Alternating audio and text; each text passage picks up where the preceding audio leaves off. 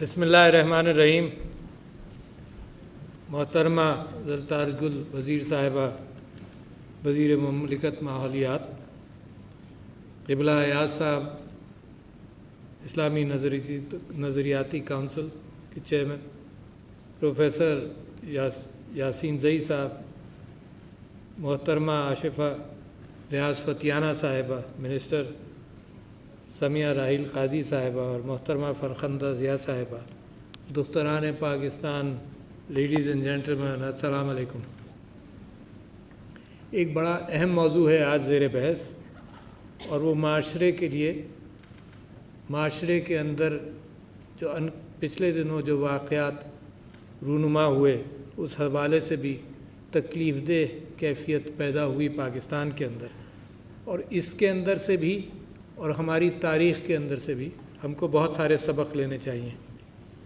میری تاریخ اور آپ کی تاریخ تو اسلام سے شروع ہوتی ہے، اور وہ زمانہ عرب کے اندر جب اسلام کا پیغام آیا تو اس کی دو بڑی وجوہات تھیں جو انسان سمجھ سکتا ہے۔ ایک وجہ یہ تھی کہ وہاں پر معاشی استحصال بہت تھا، اور دوسرے یہ کہ عورت کا کوئی مقام نہیں تھا، زندہ دفن کیا جاتا تھا، جس بات کا ذکر ہوا۔ اور وہاں کے حوالے سے ایک بہت بڑا انقلاب آیا جو دنیا کی تاریخ میں بھی بہت بڑا انقلاب ہے۔ یعنی میں صرف آپ کو آگے چل کر بتاؤں گا کہ کس طرح سے دنیا نے تو بعد میں وہ چیزیں کیں جو میرے نبی صلی اللہ علیہ وسلم اور اللہ کے پیغام سے تا قیامت انسانیت کے لیے وہ احکام نازل ہو گئے، جس کے اندر عورت کا مقام طے ہو گیا کہ کیا ہونا چاہیے اور کیا ہے۔ اس کے اندر اگر میں اس کے بعد تھوڑی دیر کے لیے موجودہ زمانے سے کچھ پہلے جب پاکستان بنا جب پر آؤں تو یہاں ذکر ہوا کہ قائد اعظم محمد علی جناح کے ساتھ محترمہ فاطمہ جناح بھی قوم کی خدمت کرنے کے لیے باہر نکلی، اور 60 کی دہائی کے اندر تو سیاست کے اندر بھی دوبارہ باہر نکلی شمع لے کر۔ اس سے پہلے کے بھی واقعات ہیں۔ قائد اعظم محمد علی جناح نے رتی دنشو، جو رتی جناح کے نام سے بعد میں کہلائیں بھی، ان سے شادی کی۔ تو ایک یا تو الہ آباد کا یا لکھنؤ کا واقعہ ہے کہ مسلم لیگ کا کوئی اجتماع تھا، اس کے اندر اپنی گاڑی میں وہ رتی جناح صاحبہ کے ساتھ پہنچے، تو گاڑی میں بیٹھے ہوئے تھے، کچھ کام تھا، تو رتی جناح صاحبہ سے انہوں نے کہا کہ تم جاؤ اندر۔ خیمہ تھا، خیمے کے اندر جب وہ جانے لگیں تو لوگوں نے کہا کہ آپ کا کارڈ کہاں ہے؟ تو ہم تو آپ کو اندر نہیں جانے دیں گے۔ تو وہ واپس آئیں، اور جناح صاحب سے انہوں نے کہا کہ وہاں تو وہ کارڈ بھی مانگ رہے ہیں اور عورتیں ہیں بھی نہیں۔ تو جناح صاحب نے اپنا کارڈ ان کو دیا کہ یہ لے کر جاؤ، اور انہوں نے انشور کیا کہ سیاسی پارٹیسپیشن کے اندر ہمیں بتایا کہ عورت کا بہت بڑا مقام ہے۔ تو لہٰذا، اور شروع سے اگر آپ دیکھیں تو حضور اکرم صلی اللہ علیہ وسلم نے جو اہمیت دی عورت کے حوالے سے، عورت کے مقام کے حوالے سے، جو حضرت ابو بکر کے حوالے سے ایک واقعہ بھی مشہور ہے کہ وہ حضرت عمر نے دیکھا کہ یہ کہ روزانہ صبح وہ 1 گھنٹے کے لیے کہیں جاتے ہیں اور واپس آتے ہیں، تو انہوں نے ایک دن یہ سوچا کہ میں ان کو فالو کر کے دیکھوں کہ یہ جاتے کہاں ہیں۔ تو وہ فالو کرتے ہوئے گئے، چھپتے ہوئے گئے، تو وہاں پر کسی گھر میں گئے، اور پھر وہ باہر نکل کر آ گئے۔ تو اس کے بعد حضرت عمر پوچھنے گئے، کون ہو تم، کیا ہے؟ تو وہاں سے ایک عورت نکلی، بوڑھی عورت تھی۔ اس کو پوچھا کہ تم یہ جو شخص آتا ہے تم جانتی ہو کون ہے؟ اس نے کہا نہیں، اللہ کا بندہ ہے، فرشتہ ہے میرے لیے، تو کیا کرنے آتا ہے؟ اس نے کہا یہ میرے پاس کچھ یتیم بچے ہیں، تو یہ آٹا گوندتا ہے، کھانا پکاتا ہے، برتن دھوتا ہے اور چلا جاتا ہے۔ اور بہت بڑی بات تھی، اور روزانہ یہ کیفیت چلتی تھی۔ اور اس عورت نے یہ کہا کہ ایسا خلیفہ ہوتا، یہ آدمی اگر خلیفہ ہوتا تو کتنا اچھا ہوتا۔ تو لہذا یہ ذمہ داری عورتوں کے حوالے سے ہمیشہ سے رہی۔ حضرت عمر سے کسی نے پوچھا کہ ریاست، اسلامی ریاست کا کیا شعار ہونا چاہیے، کیسے پہچانی جائے؟ تو انہوں نے کہا عورت یمن سے زیور میں لدی ہوئی یمن سے عجم تک جائے اور اس کو کوئی فکر نہیں ہو کہ اس کے ساتھ کوئی واقعہ پیش آئے گا. تو یہ ہے وہ ریاست. جب ہم ریاست مدینہ کی بات کرتے ہیں تو یہ وہ گولز ہیں جو ہماری خواہش ہونا چاہیے. اور مغرب کے نظام کو تو ایک طرف رکھ دی. مغرب سے میں کوئی اتنا، بلکہ آج کل تو بہت ہی ڈس اپوائنٹڈ ہوں. متاثر تو پہلے کبھی بھی نہیں تھا. یہی عورت کے حوالے سے آپ نے نام بھی نہیں سنا ہو شاید، ایک برٹرن رسل ایک فلسفی تھا، اس نے ایک کتاب لکھی تھی 60 کی دہائی میں، marriage and morals in society.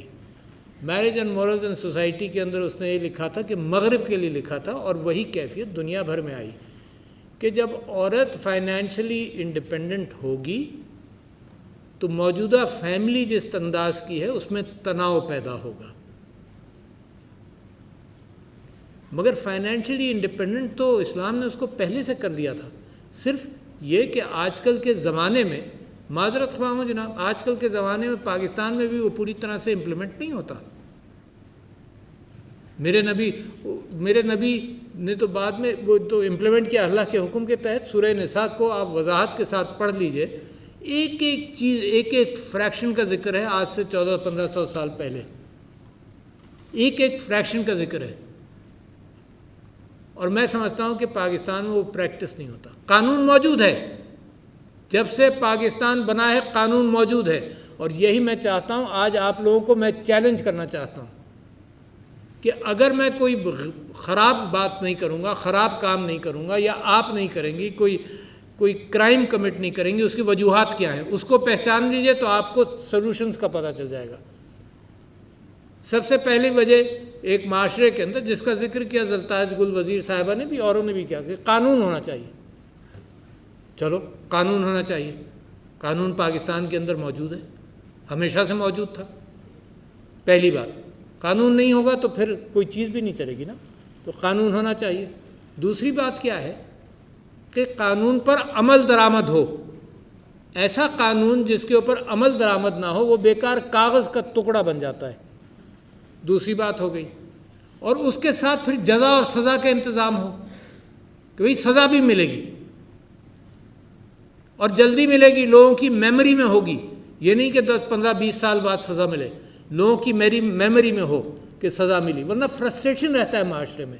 اب جو قتل ہوا اسلام آباد کے اندر عورت کا، اور جو ہراسمنٹ ہوا مینار پاکستان میں، اس کی سزا جب بعد میں ملتی ہے تو وہ میموری سے اوجھل ہو جاتا ہے. میری اور آپ کی آج کی پریشانی اپنی جگہ پر چلتی رہتی ہے، اور اسٹیٹ کے ساتھ ایک ڈس اپوائنٹمنٹ شروع ہو جاتا ہے کہ جی سزا کیوں نہیں مل رہی. میری بیوی مجھ سے پوچھتی ہے سزا ملنی، میں کہا ملے گی، میں وہ کہتی ہے جلدی ملنی چاہیے. تو یہ کیفیت بھی معاشرے کو سوچنا چاہیے. تیسری چیز کیا ہے، اور جو سب سے بڑی اہم ہے میرے لیے، پہلی چیز ہے. تیسری چیز یہ ہے کہ میں اگر کوئی غلط کام نہیں کروں گا تو مجھے خدا خوفی ہے. دیکھو قانون تو دنیا کا، اور اس سے زیادہ طاقتور کوئی پرنسپل نہیں ہو سکتا کہ میں اندر سے ہی کنٹرول ہو جاؤں، پولیس والے کی ضرورت ہی نہ پڑے. تو وہ ہے مذہب. چوتھی بات، سب سے اہم بات میرے لیے تو مذہب ہے. میں باہر صورت ایک منطق کے اعتبار سے میں نے بات کی آپ سے کہ مذہب کا کنٹرول میرے مزاج پر، میری حرکات پر اور میرے بیہیویئر کے اوپر. اچھا، اور پانچویں چیز یہ ہے کہ روایات کیا ہے معاشرے کی، کلچر کیا ہے. یہ بھی بڑا اہم ہے. میں آپ کو مثال دیتا ہوں کہ جاپان کے اندر جب سونامی آیا تو لوگوں نے یہ دیکھا کہ 150 لوگوں کی 200 لوگوں کی لائن ہے ایک بوتل پانی لینے کے لیے، مگر کوئی آدمی لائن نہیں توڑ رہا. یہ کلچر ہے، یہ روایات ہیں معاشرے کی کہ لوگ ان روایات اور ان کلچر کو بھی دیکھتے ہیں. اور چھٹی بات اور آخری بات سب سے اہم کہ معاشرے کے اندر کچھ ڈسکریجمنٹ ہونا چاہیے. لوگ تماشا دیکھتے رہیں. زرتاج آپ نے سوال کیا، لوگ تماشا دیکھتے رہیں اور یہ چلتا رہے اور یہ ہوتا رہے. تو اس کا مطلب یہ سارے عناصر اہم ہیں، ایک نہیں. کوئی آ کر یہاں کہے قانون ہو، کوئی کہے جزا اور سزا کا انتظام ہو. میں کہتا ہوں سب سے آسان کام یہ ہے کہ معاشرہ اس کو خود روکے. معاشرہ کیوں ناکارہ اس معاملے میں ہو گیا؟ ڈرتا ہے کیا کسی سے؟ یا معاشرے کے اندر یہ کیفیت موجود ہے کہ دیکھتے رہو، تماشا دیکھتے رہو اور ویڈیو ریکارڈ کرتے رہو. ویڈیو ریکارڈ کرنے میں سب سے اول ہے معاشرہ. روکنے کے حوالے سے ہاتھ نہیں اٹھتا کیا تمہارا؟ میں کراچی کے اندر ڈاکے پڑتے تھے جس زمانے میں، پڑھتے تو ابھی بھی، میں کراچی میں جس زمانے میں ڈاکے پڑتے تھے تو میرا ایک دوست تھا جو وہاں جب مارشل لاء لگا یا فوج کا ضیاء الحق صاحب کا زمانہ تھا تو فوج میں تھا وہ، تو میں نے اس کو کہا کہ یار آج کل تو ڈاکوں کے ساتھ گھروں میں ریپ بھی ہوتا ہے، تو میں نے بندوق خرید لی ہے۔ میں نے اس کو کہا کہ میں نے بندوق خرید لی ہے، تو اس نے کہا ٹھیک ہے۔ ہم نے بلایا، پھر 8-10 لوگوں کو محلے کے بلایا، ہم نے کہا کہ یہ فوجی افسر ہے، یہ بتائے گا کہ کیسے بندوق کو ہینڈل کرو، کیا کرو، پروٹیکشن کیسے کرو۔ تو خیر اس نے بتایا یہ کہ بندوق تم نے خرید تو لی ہے، پہلے تو سب سے پہلے اس کو صبح جب اٹھو تو اس کو ان لوڈ کر کے کہیں چھپاؤ کہ بچوں کے ہاتھ میں نہ آئے، پھر رات کو آخری کام یہ کرنا کہ اس کو لوڈ کر کے پاس رکھنا تاکہ تم رکاوٹ بن سکو۔ مگر اس نے ایک بات کہی جو مجھے آج تک پریشان کرتی ہے۔ اس نے کہا عارف یہاں بازاروں میں ڈاکے پڑتے ہیں، بازار کوئی روکتا نہیں ہے، کوئی اترتا نہیں ہے، کوئی ہاتھ نہیں بڑھاتا۔ تو جو معاشرہ یہ چیزیں ایکسیپٹ کرنے لگے اس معاشرے میں چیزیں بڑھ جاتی ہیں۔ میری مجھ سے گاڑی چھینی گئی ایک مرتبہ، تو میں کراچی میں ایک بازار میں کھڑا تھا اور اتر کر بڑا کیئرلیسلی گاڑی سے اتر بھی رہا تھا، فوٹو کاپی کرا رہا تھا، PTI کا کام کر رہا تھا۔ میں دروازہ بند کیا چلنے کے لیے تو دروازہ بند نہیں ہوا، پھر زور سے بند کیا تو پتہ چلا کہ ایک ہاتھ ہے اس میں بندوق ہے اور وہ مجھے دروازہ بند نہیں کرنے دیا۔ اچھا میں نے تازہ یہ جو کرنل صاحب تھے میرے دوست، ان سے میں نے سیکھا تھا کہ خود روکنا پڑے گا۔ میں نے کہا اب وقت آ گیا خود روکو، تو میں نے اس کا ہاتھ پکڑ لیا اس کے ہاتھ میں بندوق تھی، ہاتھ پکڑ لیا اور کھڑا ہو گیا۔ تو دروازے اور گاڑی کے بیچ میں تھا اور میں نے ہاتھ پکڑا ہوا تھا اور بازار بھرا ہوا تھا لوگوں سے، کوئی نہیں آیا۔ مجھے یہ بھی نہیں معلوم تھا کہ اس کے کتنے ساتھی ہیں۔ ایک ساتھی دوسری طرف سے گھسا اور اس نے زور سے میرے کرتے کو پکڑ کر جو اندر گھسیٹا تو میرا سر بھی چھت سے ٹکرایا اور میں گاڑی کے اندر، دونوں نے میرے اوپر قبضہ کر لیا۔ اس کے بعد خیر انہوں نے دور جا کر مجھے گاڑی سے پھینک دیا۔ میں پولیس اسٹیشن گیا اور پولیس کو لے کر آیا۔ آپ کو یقین نہیں آئے گا کہ وہاں کوئی گواہ موجود نہیں تھا، دکاندار لوگ جو تھے وہاں پر گواہی دینے کو تیار، کوئی گواہی نہیں تھا۔ تو دیکھیں یہ ذمہ داری تو معاشرے کی ہے نا، ہر چیز آپ حکومت کے سر پر لٹکا دیں کہ تم کرو، اور حکومت اور پولیس والے کیوں نہیں پہنچے؟ یقیناً ان کو پہنچنا چاہیے، مگر جو سن رہے تھے جنہوں نے پولیس والوں کو بتایا تھا وہ تو موجود تھے۔ تو لہٰذا میں یہ سمجھتا ہوں کہ یہ ذمہ داری جو معاشرے کی ہے یہ بڑی اہم ہے۔ یہ قومیں بنتی ہیں معاشروں سے، لیڈر نشاندہی کرتے ہیں، مگر اندر سے جو قوم مضبوط ہوتی ہے وہ قوم جو ہے وہ پھر ترقی کرنے کے لیے اللہ اس کو اس راستے اس کے کھولتا ہے۔ تو میں آپ کو مبارکباد دیتا ہوں، مگر میں چند اہم چیزوں کو عورتوں کے حوالے سے زیادہ وضاحت سے بات آپ کے سامنے کرنا چاہتا ہوں۔ میں ایک مرتبہ اپنے چھوٹے بچوں کو لے کر یہ شمالی علاقہ جات میں گیا تو بھوربن سے مری تک میں ہائیک کر رہا تھا بچوں کے ساتھ، اپنے بچوں کے ساتھ۔ 3-4 بچے لڑکے اسکول سے واپس آ رہے تھے کہیں، تو میں نے ان سے بٹھایا، ان سے پوچھا کہاں سے آ رہے، بڑے پیارے پیارے لڑکے۔ تو میں نے پوچھا کہ تم پڑھے ہو؟ اس نے کہا ہاں، بتا رہے تھے مجھے 5ویں 6ٹھی کے۔ تو میں نے ان سے پوچھا تمہاری بہنیں کہاں ہیں؟ تو اس میں سے ایک نے کہا ان کو پڑھنے کی کیا ضرورت ہے۔ اچھا یہ بھی ایک فریم آف مائنڈ ہے جس کو 150 سال پہلے تقریباً یا 120 سال پہلے سر سید احمد خان نے ہندوستان کے اندر کہا کہ پڑھو۔ اچھا وہ پڑھنا اور علم جو ہے وہ یہ مردوں کے لیے تھوڑی ہے، عورتیں مردوں سب کے لیے ہے۔ تو ایک اس کیفیت میں پاکستان وہ اس کا آخری دور ہے۔ میرا خیال ہے اس وقت علم کے حوالے سے سارے خاندانوں کے اندر یہ جذبہ آج موجود ہے کہ عورتوں کی پڑھائی، بچیوں کی پڑھائی بے انتہا ضروری ہے۔ بنیاد، گھر کی بنیاد اس تعلیم سے پڑتی ہے۔ ہماری کانسٹیٹوئنسی کے اندر ہجرت کالونی ایک جگہ تھی جہاں پر سمینہ علوی کو وہاں پہ لوگوں نے بتایا یہ کہ جی یہاں 8ویں تک ہے لڑکیوں کا اسکول،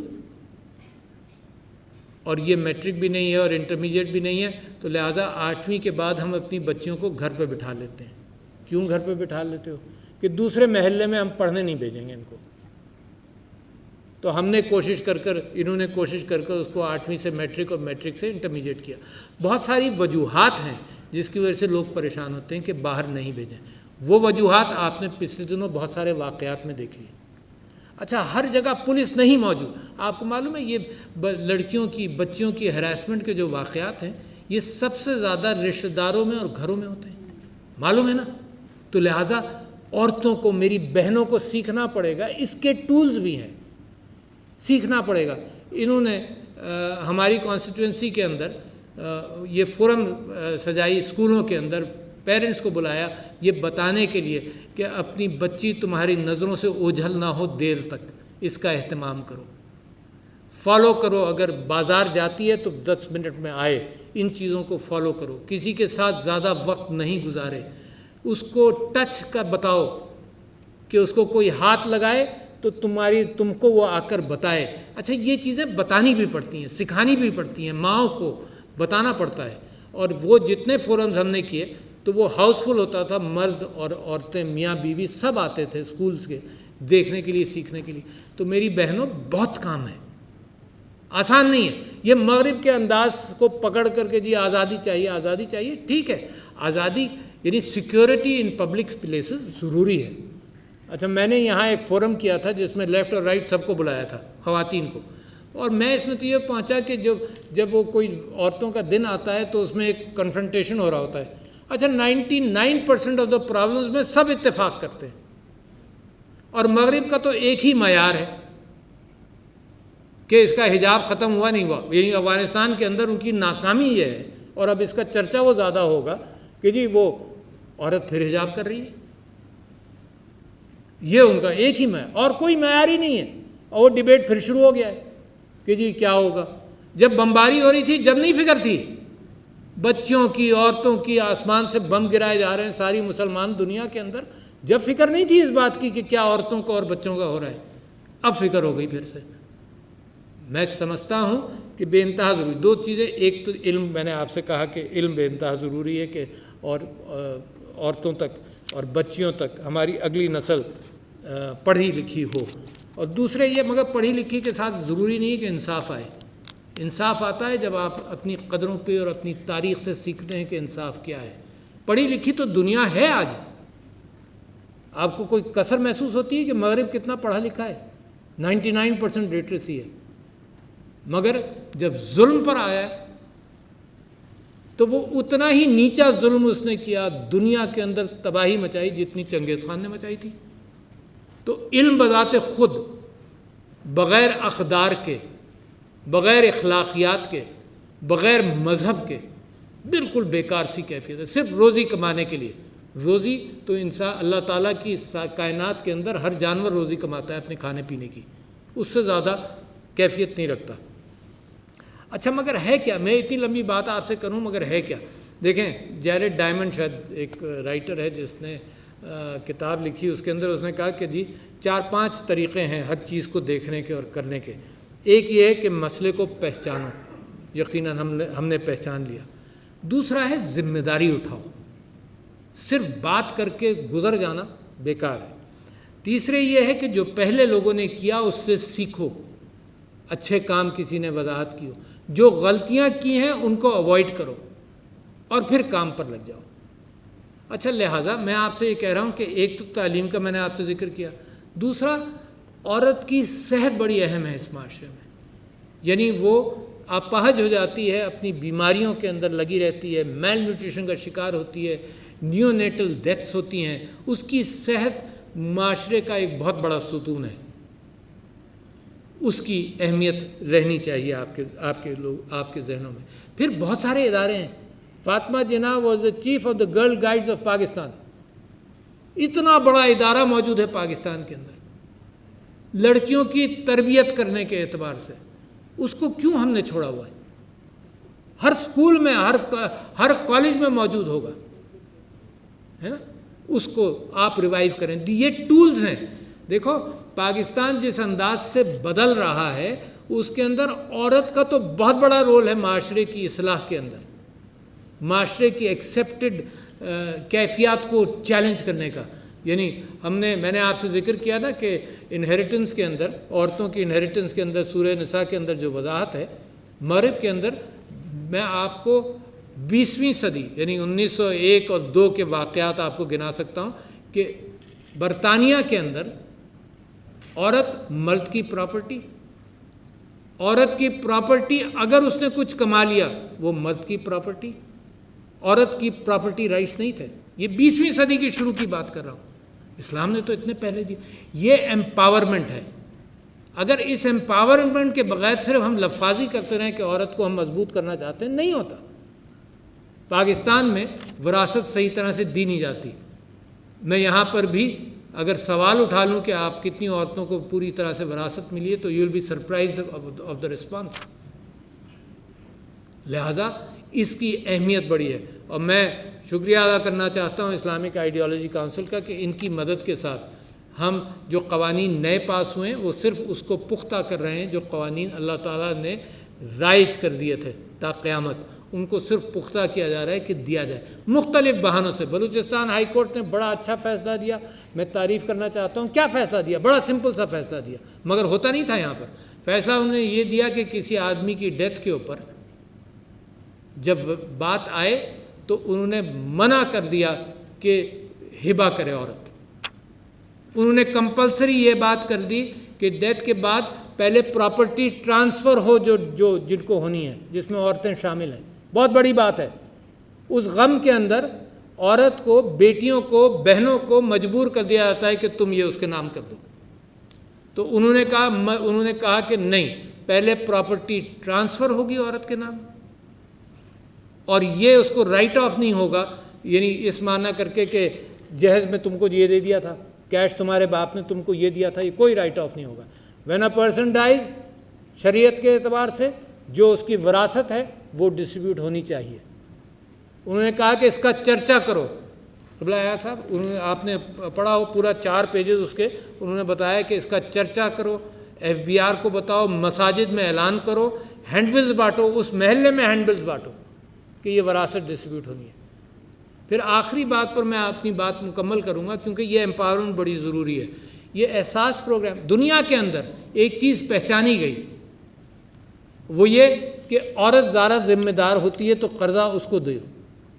یہ بنگلہ دیش کے اندر بھی ہوا، گرامین بینک، یہاں احساس کے اعتبار سے بھی ہوا کہ عورت زیادہ ذمہ دار ہے، قرضہ واپس کرنے میں اس کو اسی کو دیا جائے۔ تو ڈیجیٹلائزیشن آف دی اکانومی، اس کے اندر اس بات کی کوشش ہے کہ یہ احساس کے بلکہ شروع ہو گیا کہ احساس کے سارے فنڈ جو ہیں وہ عورت کو ڈائریکٹ اس کے بینک اکاؤنٹ میں جائیں۔ جب کیش جاتا ہے نا تو وہ ٹیکسی لے کر کیش لینے جاتی ہے، ٹیکسی کا خرچہ ہوتا ہے، پھر گھر پہنچتی ہے تو لوگ مانگ لیتے ہیں کہ 500 ہمیں دے دو، 1000 ہمیں دے دو، تو اس کے بینک میں جائے تاکہ اس کا کنٹرول بہتر ہو۔ اور آخری چیز یہ کہ مجھے گورنر اسٹیٹ بینک بار بار کہہ رہا ہے آپ کے لیے، میں چاہتا ہوں کہ آج ہی سے آپ فوکس کرنا شروع کریں۔ گورنر اسٹیٹ بینک کہتے ہیں کہ اتنے لونز حکومت نے دیے ہیں عورتوں کی انٹرپرونرشپ کے لیے کہ عورتیں آئی نہیں ہیں، 5% بھی عورتوں نے لون نہیں لیا۔ پچھلے سال کی کہانی سنا رہا ہوں، کہاں ہیں وہ عورتیں؟ بھئی کوئی اپنی سلائی کڑھائی کا کاروبار بڑھانا چاہتی ہے، کوئی گھر میں رہ کر کمائی کرنا چاہتی ہے۔ آج کل عورتیں گھر میں بیٹھ کر امریکہ میں ٹیوشن دیتی ہیں، بہت سارے کام ہیں۔ تو وہ عورتوں کی تنظیموں کو میں موٹیویٹ کرنا چاہتا ہوں کہ عورتوں کو گائیڈ کرو، کیونکہ یہ لون لینا کام آسان نہیں ہوتا، گھبراتا ہے آدمی، ہر آدمی گھبراتا ہے۔ میں نے سمینہ علوی سے کہا کہ ایک دن بینک جاؤ، حجاب کر کے جاؤ، پہچان نہ سکیں لون تو لو، تو ابھی تک وہ گئی نہیں ہے، مگر یہ کہ تھیوری سے پوری واقف ہے کہ آسانی سے لون نہیں ملتا۔ تو لہٰذا میری کوشش یہ ہے کہ آپ سب لوگ یہاں MNAs بیٹھی ہیں، آپ ذمہ دار خواتین ہیں، آپ ایلیٹ خواتین ہیں، پڑھی لکھی خواتین ہیں، اس معاشرے میں you may be the top 5% of women اور may be even 1% of the women. تو یہ فرض تو آپ کا ہے، یہ صرف فرض حکومت کا نہیں ہے۔ تو قومیں بنتی ہیں جب اکٹھا مضبوط ہو کر منزل کا تعین کر لیں، ریاست مدینہ کا اخلاقی ڈائریکشن پکڑیں۔ ضروری نہیں کہ آج ہی بن جائے ریاست مدینہ، لوگ طنز و تانے کرتے ہیں، چھوڑ دیجئے ان کو۔ یہاں فیک نیوز کا بھرمار ہے، ہر چیز پر اعتراض ہے، غیبت کے اندر ہم سب حصہ لیتے ہیں۔ واٹس ایپ کا میسج آئے گا نا، جو میرے مزاج کے مطابق ہوگا میں فوراً فارورڈ کر دوں گا، چاہے وہ سچا ہو یا جھوٹا ہو۔ تو یہ تو ہے معاشرے کا حال، اور میں چاہتا ہوں کہ معاشرے سے چینج آئے. ڈپینڈ نہیں کریں کہ پولیس والا چوکیداری کرے گا. یہ بچیوں کی ہیراسمنٹ کے اندر پولیس والا تو بالکل آخر میں آتا ہے when the incident has happened. گھروں کے اندر ہمیں زیادہ واقفیت ہونی چاہیے. جناب علی، بہت ساری باتیں میں نے آپ سے کی ہیں، مگر ان جذبات کے ساتھ کی ہیں کہ میں سمجھتا ہوں کہ ہم سب مل کر اگر عورت کو صحیح مقام دیں گے اپنی تاریخ اور اپنی وراثت کے اعتبار سے، اپنی وراثت، اخلاقی وراثت، مذہبی وراثت کے اعتبار سے، تو کوئی قوم پاکستان کی قوم کو سب پاکستانی قوم کے پیچھے رہ جائیں گے اور ہم ترقی کریں گے. تو کام بڑا ہے مگر آسان ہے، کیونکہ ہم نے اپنے ذہن کو ہی ٹھیک کرنا ہے. وہاں اس میں کوئی وسائل کی ضرورت نہیں ہے، ہم نے اپنے ذہن کو ٹھیک کرنا ہے. جو کام مجھے اپنے کردار میں بدلنا ہے تو وہ میرے لیے تو آسان ہے نا. تو لہٰذا اس دعا کے ساتھ کہ اللہ آپ کو کامیاب کرے. بہت سارے راستے ہیں جن کو میں سمجھتا ہوں کہ جن کے اوپر ہم کو محنت کرنی پڑے گی. شکریہ خواتین و حضرات، السلام علیکم.